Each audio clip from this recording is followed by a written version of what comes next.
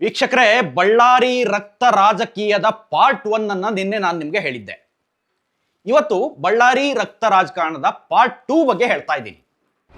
ಮುಖ್ಯಮಂತ್ರಿ ಸಿದ್ದರಾಮಯ್ಯ ಅವರು ಏಕಾಏಕಿ ತಮ್ಮದೇ ಪಕ್ಷದ MLA ನಾರಾ ಭರತ್ ರೆಡ್ಡಿ ಅವರ ಮೇಲೆ ಹರಿಹಾಯ್ತಾರೆ. ನಾರಾ ಭರತ್ ರೆಡ್ಡಿ ಅವರು ಫೋನ್ ಮಾಡಿದ್ರೆ ಮುಖ್ಯಮಂತ್ರಿ ಸಿದ್ದರಾಮಯ್ಯ ಅವರು ತೆಗೆದುಕೊಳ್ಳೋದಿಲ್ಲ.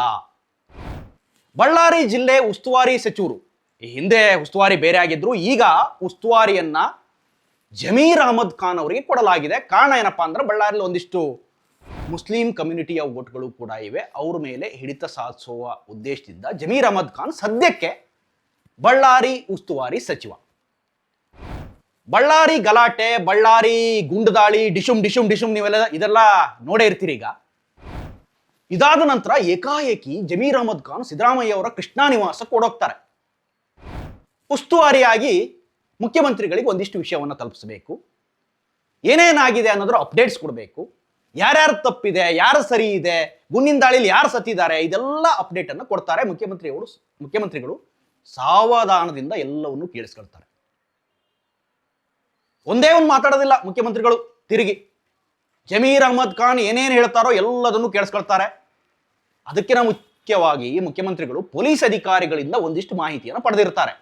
ಕಾನೂನು ಸುವ್ಯವಸ್ಥೆ ವಿಭಾಗದ DGP ಆರ್ ಹಿತೇಂದ್ರ ಅವ್ರನ್ನಲ್ಲಿ ಕಳಿಸ್ತಾರೆ ಮುಖ್ಯಮಂತ್ರಿಗಳು ಮತ್ತೆ ಗೃಹ ಸಚಿವರು. ರವಿಕಾಂತೇಗೌಡರನ್ನ IGP ರವಿಕಾಂತೇಗೌಡರನ್ನ ಅಲ್ಲಿ ಕಳಿಸ್ತಾರೆ. IGP Vartika Katiyar already spot ಅಲ್ಲಿ ಇರ್ತಾರೆ. ಅವರೆಲ್ಲರಿಂದ ಒಂದಿಷ್ಟು ಮಾಹಿತಿ ಬರುತ್ತೆ ಮುಖ್ಯಮಂತ್ರಿಗಳಿಗೆ. ಪೊಲೀಸ್ ಗುಂಡಿನಿಂದ ರಾಜಶೇಖರ್ ಸತ್ತಿಲ್ಲ, ಪ್ರೈವೇಟ್ ಗನ್ ನಿಂದ ಹಾರಿಸಿದಂತ ಗುಂಡು, ಸಿಂಗಲ್ ಬ್ಯಾರಲ್ ಗನ್, ಅದರಿಂದಾಗಿ ರಾಜಶೇಖರ್ ಮೃತಪಟ್ಟಿದ್ದಾರೆ ಅನ್ನೋದು ಮುಖ್ಯಮಂತ್ರಿಗಳಿಗೆ ವಿಚಾರ ತಿಳಿದಿರುತ್ತೆ. ಅದೇ ಸಂದರ್ಭದಲ್ಲಿ ಜಮೀರ್ ಅಹಮದ್ ಖಾನ್ ಹೋದಂತ ಸಂದರ್ಭದಲ್ಲಿ ಮುಖ್ಯಮಂತ್ರಿಗಳು ಇನ್ನೇನು ಬೇರೆ ಬೇರೆ ಕಾರ್ಯಕ್ರಮಗಳು ಒಂದಿಷ್ಟು ಶೆಡ್ಯೂಲ್ ಆಗಿರುತ್ತೆ ಅವರಿಗೆ, ಅದಕ್ಕೆ ಹೊಡೋದು ತಯಾರಾಗಿರ್ತಾರೆ. ಆ ಮುನ್ನ ಜಮೀರ್ ಅಹಮದ್ ಖಾನ್ ಅವರಿಗೆ ಹೋಗಿ ಒಂದಿಷ್ಟು ಮಾಹಿತಿಯನ್ನು ಕೊಡ್ತಾ ಇರುವ ಹೊತ್ತಿನಲ್ಲೇ ಜಮೀರ್ ಅಹಮದ್ ಖಾನ್ ಭರತ್ ರೆಡ್ಡಿ ಅವರು ಫೋನ್ ಮಾಡ್ತಾರೆ. ನಾರಾ ಭರತ್ ರೆಡ್ಡಿ ಇವರೇ ಬಳ್ಳಾರಿ MLA ಸ್ಟಾರ್ ನಾಯಕ್ ನಂಗೆ ಹೇಳಿಕೆ ಕೊಡ್ತಾ ಇದ್ರು. ಒಂದಿಷ್ಟು ನಾನು ಒಂದು ಮಾತು ಹೇಳಿದ್ರು ಬಳ್ಳಾರಿ ಹೊತ್ತುರಿತಾ ಇತ್ತು, ರೆಡ್ಡಿ ಮನೆ ಭಸ್ಮ ಆಗೋಗ್ತಾ ಇತ್ತು, ಖಾಲಿ ಜನಾರ್ದನ್ ರೆಡ್ಡಿ ಇಲ್ಲ ಅನ್ಸ್ಬಿಡ್ತಿದ್ವಿ. ಏಕವಚನದಲ್ಲಿ ಮಾತಾವ್ರದ್ದು ನೋಡ್ಬೋದು ನೀವು. 34 ವರ್ಷದ ನಾಯಕ ಅವರು. ಜನಾರ್ದನ್ ರೆಡ್ಡಿಗೆ 65 ವರ್ಷ, ಶ್ರೀರಾಮನು ಸುಮಾರು 60 ವರ್ಷದ ಆಸ್ಪಾಸಲ್ಲಿ ಇದ್ದಾರೆ. ಈ ಸೂರ್ಯನಾರಾಯಣ ರೆಡ್ಡಿ ಏನಿದಾರಲ್ಲ, ಇವ್ರ ತಂದೆ ವಯಸ್ಸು, ಅಂದ್ರೆ ಇವ್ರ ತಂದೆ ವಯಸ್ಸಿನ ಒಬ್ಬ ನಾಯಕನಿಗೆ ಏಕವಚನದಲ್ಲಿ ಸದನದಲ್ಲೇ ವಾಗ್ದಾಳಿ ನಡೆಸಿದ್ದಾರೆ. ಎಲ್ಲರೂ ನೋಡಿದ್ದಾರೆ.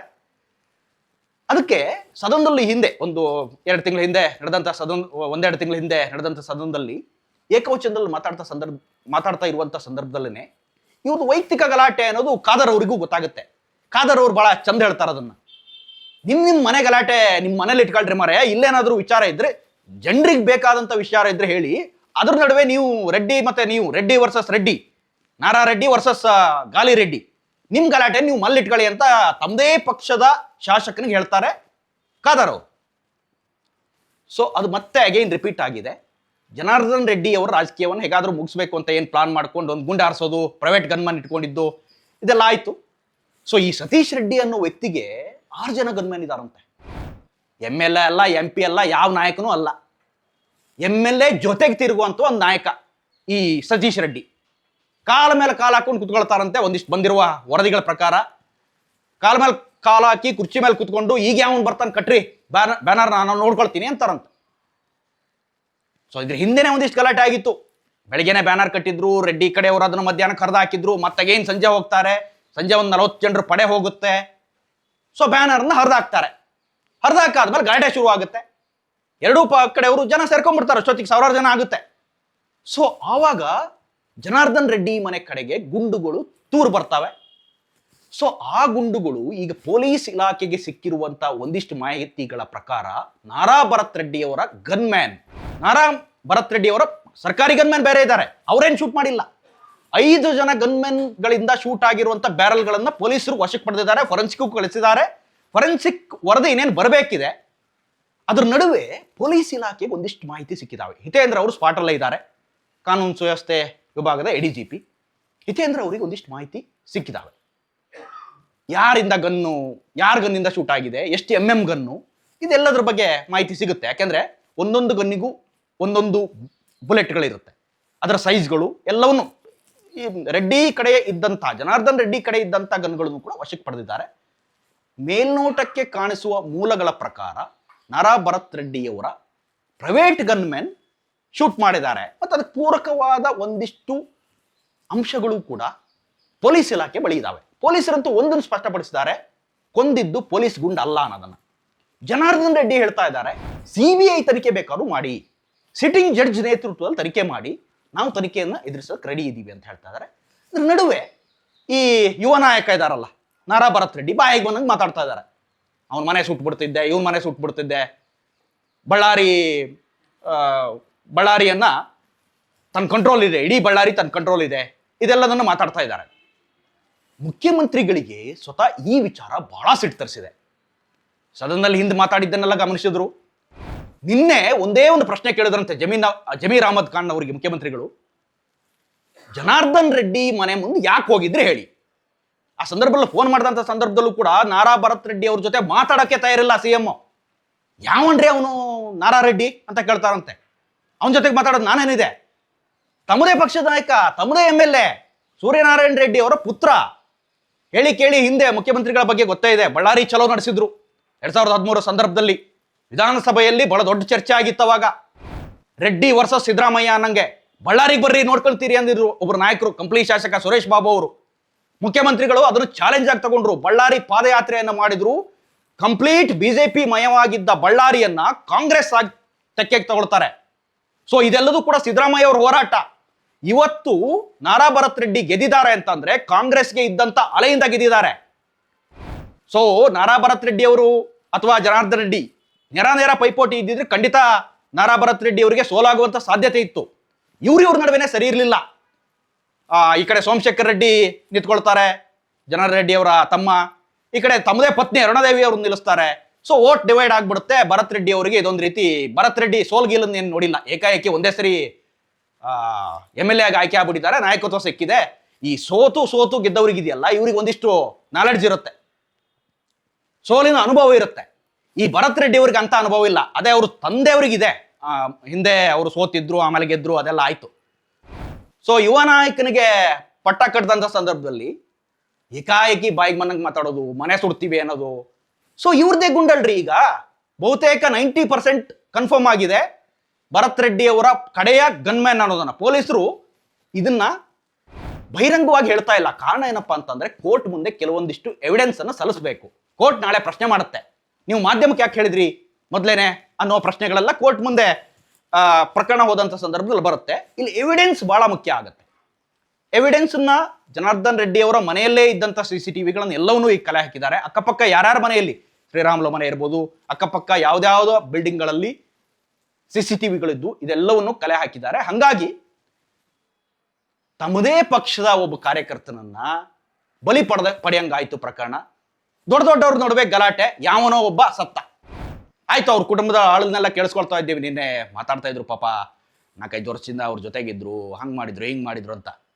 ಸೊ ಈ MLA ಕೂಡ ಅವರು ನಿನ್ನೆ ಮೃತದೇಹವನ್ನ ಹೊತ್ಕೊಂಡು ಹೋಗ್ತಾ ಇದ್ರು. ಸೊ ಕಂಪ್ಲಿ ಶಾಸಕ ನಾಗೇಂದ್ರ ಅವರು ಕೂಡ ಹೆಗಲು ಕೊಟ್ಟಿದ್ರು. ಸೊ ಬಳ್ಳಾರಿಯಾದ್ಯಂತ ಈಗ ಒಂದ್ ರೀತಿ ಕಾಂಗ್ರೆಸ್ ಮಯ ಆಗಿದೆ ಈಗ ಸದ್ಯಕ್ಕೆ. BJP ಮಯ ಇದ್ದಂತ ಬಳ್ಳಾರಿ ಸಿದ್ದರಾಮಯ್ಯ ಅವರ ಒಂದು ದೃಢ ನಿರ್ಧಾರದಿಂದ ಕಾಂಗ್ರೆಸ್ ಬಂದಿದೆ ಹೊರತು ಅಲ್ಲಿ ಭರತ್ ರೆಡ್ಡಿ ಅಥವಾ ಮತ್ತೊಬ್ರು ಅಂತ ಅಲ್ಲ. ಸೊ ಇದಕ್ಕೋಸ್ಕರನೇ ರಾಜ್ಯದ ಜನತೆ ಸಿದ್ದರಾಮಯ್ಯ ಅವರಿಗೆ ಒಂದಿಷ್ಟು ಜಾಸ್ತಿ ವೆಯ್ಟೇಜ್ ಅಂತ ಹೇಳ್ಬೋದು. ಯಾಕಂದ್ರೆ ಸಾಮಾಜಿಕವಾಗಿ ಯಾರಾದ್ರೂ ಯೋಚನೆ ಮಾಡುವಂತ ನಾಯಕ ಇದ್ರೆ ಅದು ಸಿದ್ದರಾಮಯ್ಯ. ಕಾರಣ ಏನು ಅಂತಂದ್ರೆ ತಪ್ಪ್ಯಾರ್ದು ಸರಿಯಾರ್ದು ಅಷ್ಟನ್ನೇ ನೋಡ್ತಾ ಇದ್ದಾರೆ. ಅಲ್ಲಿ ರೆಡ್ಡಿ ವರ್ಸಸ್ ರೆಡ್ಡಿ ಅಂತ ಅಲ್ಲ, ನಮ್ಮ ಪಕ್ಷದ ರೆಡ್ಡಿ ಆ ಪಕ್ಷದ ರೆಡ್ಡಿ ಬೇರೆ ಅಂತ ಅಲ್ಲ, ತಪ್ಪ್ಯಾರ್ದಿದೆ ಅವ್ರದ್ದು ಹಿಡೀರಿ ಅನ್ನೋ ಸೂಚನೆಯನ್ನ ಪೊಲೀಸ್ ಅಧಿಕಾರಿಗಳಿಗೆ ಕೊಟ್ಟಿದ್ದಾರಂತೆ. ಸಿದ್ದರಾಮಯ್ಯ ಅವರು ಭರತ್ ಅವ್ರ ಜೊತೆ ಮಾತಾಡೋದಕ್ಕೂ ಕೂಡ ತಯಾರಿಲ್ಲ, ಅವ್ರ ಫೋನನ್ನು ಕೂಡ ಸ್ವೀಕರಿಸಿಲ್ಲ. ಯಾಕೆ ಹೋಗಿದ್ರು ಅವ್ರು ಹೇಳಿ ಅಷ್ಟೇ ಪ್ರಶ್ನೆ ಸಿದ್ದರಾಮಯ್ಯ ಅವ್ರದ್ದು. ಕಟ್ಟಿ ಬ್ಯಾನರ್ ಕಟ್ಟಿ ಏನು ಬೇಡ ಅಂತ ಹೇಳಲ್ಲ, ಪಕ್ಷ ಅಥವಾ ಕಾರ್ಯಕ್ರಮ ಅಂತ ನಡೀತಾ ಇದ್ದಂಥ ಸಂದರ್ಭದಲ್ಲಿ ಬ್ಯಾನರ್ನು ಕಟ್ಟಬೇಕಾಗುತ್ತೆ, ಬಂಟಿಗೆ ಹಾಕ್ಬೇಕಾಗುತ್ತೆ, ಫ್ಲೆಕ್ಸ್ ಹಾಕ್ಬೇಕು, ಮೈಕ್ ಹಾಕ್ಬೇಕು, ಎಲ್ಲ ನಡೆಯುತ್ತೆ. ಆದ್ರೆ ನೀವು ಕಾಲ್ ಕೆರ್ಕೊಂಡು ಜಗಳಕ್ಕೆ ಹೋಗಿದಿರಲ್ಲ 2 ಸಾರಿ, ಯಾರನ್ನೋ ನಿಮ್ಮ ಚೇಲಗಳನ್ನು ಬಿಟ್ಟು. ಇದು ಸಿದ್ದರಾಮಯ್ಯಗಿರುವಂತ ಪ್ರಶ್ನೆ ಈಗ. ಸೊ ಸದ್ಯ ತನಿಖೆ ಮುಂದುವರೆದಿದೆ, ಕೆಲವ್ರ ಮೇಲೆ FIR ಕೂಡ ಆಗಿದೆ. ಜನಾರ್ದನ್ ರೆಡ್ಡಿ, ಶ್ರೀರಾಮುಲು, ಮತ್ತೆ ಸೋಮಶೇಖರ್ ರೆಡ್ಡಿ, ಹಿಂಗೆ ಕೌಂಟರ್ ಕೇಸ್ಗಳು ಕೂಡ ಆಗಿವೆ. 4 ಕೇಸ್ಗಳು ದಾಖಲಾಗಿವೆ. ರೆಡ್ಡಿ ಅವರು ಪರ್ಸನಲ್ ಆಗಿ ಕಂಪ್ಲೇಂಟ್ ಕೊಟ್ಟಿದ್ದಾರೆ. ಅವ್ರ ಮನೆಯಿಂದ ಒಬ್ಬ ಜಾತಿನಿಂದನೇ ಕೇಸನ್ನು ಇನ್ನೊಬ್ಬರು ಕೊಟ್ಟಿದ್ದಾರೆ. ಅವ್ರ ಕಡೆಯಿಂದನೂ ಕೂಡ ಕೌಂಟರ್ ಕೇಸ್ ಆಗಿದೆ, ಮರ್ಡರ್ ಕೇಸ್ ದಾಖಲಾಗಿದೆ. ಯಾರ್ಯಾರಲ್ಲಿ ಇದ್ರು ಅನ್ನೋದರ ಆಧಾರದ ಮೇಲೆ CCTV ಎವಿಡೆನ್ಸ್ ಅನ್ನ ಪೊಲೀಸರು ಕಲೆ ಹಾಕಿದ್ದಾರೆ. ಸೊ ಅನ್ಯಾಯವಾಗಿ ಒಬ್ಬ ಕಾರ್ಯಕರ್ತನ ಜೀವ ಹೋಗಿದೆ. ಈಗ ಉತ್ತರ ಕೊಡಬೇಕು ನಾಯಕರು ಅನ್ಸ್ಕೊಂಡವ್ರು. ಇವ್ರ ನಡುವಿನ ಏನು ಹಳೆ ಗ್ರಜ್ ಇತ್ತಲ್ಲ, ವೈಷಮ್ಯ ಇತ್ತಲ್ಲ, ಇದನ್ನ ನಿವಾರಣೆ ಮಾಡ್ಕೊಳ್ಳೋದಕ್ಕೆ ಅಥವಾ ತಮ್ಮ ಪವರ್ ಅನ್ನು ತೋರಿಸೋದಕ್ಕೆ ಹೋಗಿ ಬಳ್ಳಾರಿಯಲ್ಲಿ ನಾನು ಏನು ಅಂತ ತೋರಿಸ್ತೀನಿ ಅಂತಾರೆ. ಇದೇ ನಾರಾ ಭರತ್ ರೆಡ್ಡಿ ಅವರು. ಸೊ ಪವರ್ ತೋರಿಸುವ ಹಿನ್ನೆಲೆಯಲ್ಲಿ ಒಬ್ಬ ಕಾರ್ಯಕರ್ತನ ಸಾವಾಗಿದೆ. ಬಹುಶಃ ನನಗನ್ಸುತ್ತೆ ಕೇವಲ ಅಲ್ಲಿದ್ದವ್ರ ಮೇಲೆ ಅರೆಸ್ಟ್ ಮಾಡೋದಲ್ಲ, ಹಿನ್ನೆಲೆಯಾಗಿ ಯಾರಿದ್ದಾರೆ, ಇವ್ರನ್ನ ಕಳಿಸಿದವ್ರು ಯಾರು, ಇವರೆಲ್ಲರ ಮೇಲೂ ಕೂಡ ತನಿಖೆ ಆಗಬೇಕು. MLA ಇದ್ರೆ MLA ಮೇಲೂ ಕೂಡ ತನಿಖೆ ಆಗಬೇಕು. ಈ ನಿಟ್ಟಿನಲ್ಲಿ ಪೊಲೀಸರು ಈಗ ಒಂದು ದಿಟ್ಟ ನಿರ್ಧಾರವನ್ನು ಕೈಗೊಳ್ತಾ ಇದ್ದಾರೆ. ಅಲ್ಲೇ ಬಿಡ್ಬಿಟ್ಟಿದ್ದಾರೆ. ಸದ್ಯ ಬಳ್ಳಾರಿ ಶಾಂತವಾಗಿದೆ. 144 ಸೆಕ್ಷನ್ ಹಿಂತೆಗೆದುಕೊಂಡಿದ್ದಾರೆ. ಸೊ ಬೂದಿ ಬುಚ್ಚಿದಂತೆ ಇದ್ದಂತಹ ಬಳ್ಳಾರಿ ಸದ್ಯಕ್ಕೆ ಒಂದು ಹಂತಕ್ಕೆ ಶಾಂತ ರೀತಿಯಾಗಿದೆ. ಮುಖ್ಯಮಂತ್ರಿಗಳೊಂದು ಸಿಟ್ಟಿದೆ. ಮುಖ್ಯಮಂತ್ರಿಗಳು ಹೇಳಿದ್ದಾರೆ, ಯಾರು ತಪ್ಪು ಮಾಡಿದ್ರು ಅವ್ರ ಮೇಲೆ ಕ್ರಮ ಕೈಗೊಳ್ತೀವಿ. ಮತ್ತೆ ಕಾಂಗ್ರೆಸ್ ವಲಯದಿಂದ ಒಂದು ಸಮಿತಿಯನ್ನು ರಚನೆ ಮಾಡಿದ್ದಾರೆ. ಯಾರು ತಪ್ಪು ಯಾರು ಸರಿ ಏನೇನಾಯ್ತು ಅನ್ನುವ ಒಂದು ಸಂಪೂರ್ಣವಾದ ವರದಿಯನ್ನು ಕೊಡಿ ಅಂತ. ಅದರಲ್ಲಿ ರಾಯಚೂರು MP ಕುಮಾರ್ ನಾಯ್ಕ್ ಇದ್ದಾರೆ, ಜಯಪ್ರಕಾಶ್ ಹೆಗಡೆ ಇವರಿದ್ದಾರೆ.